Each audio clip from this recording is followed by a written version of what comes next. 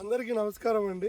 ఈరోజు మనం string bio నుంచి మొక్కజొన్న పంటలో బయో స్టిమ్లై వాడినటువంటి అడుపా తిరుపతిరావు గారి పొలం దగ్గరికి వచ్చున్నాము.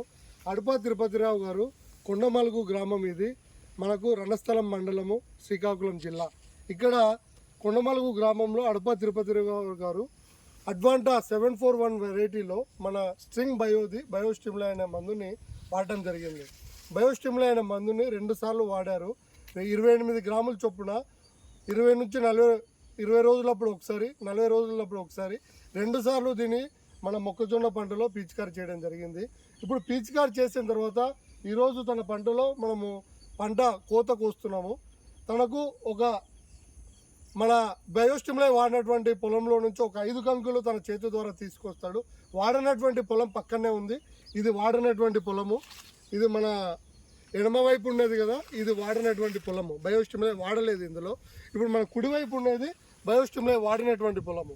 ఇందులో నుంచి ఒక 5 కంకులు, ఇందులో నుంచి 5 కంకులు తిరుపతిరావు గారు మీ చేతి ద్వారా ఒకసారి తీసుకురండి. మీరు వెళ్ళండి సార్, లోపలికి వెళ్ళి మీకు నచ్చిన ఒక 5 కంకులు తీసుకురండి. ఇట్లా మీకు ఏవైతే నచ్చుతాయో మీ ఇష్టం ర్యాండమ్గా ఒక 5 కంకులు మీరు పట్టుకునండి.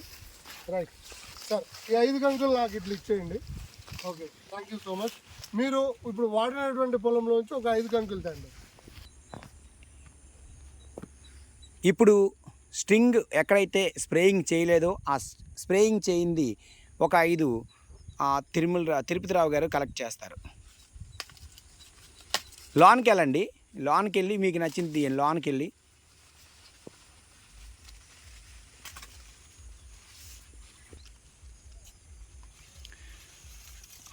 నాన్ స్టిమ్లైజ్ దగ్గర నుంచి కలెక్ట్ చేస్తున్న 5, అలాగే ఈ స్టిమ్లై ఎక్కడైతే చేశారో ఆ 2 కలిపి ఒకసారి టెస్ట్ చేసుకుందాం.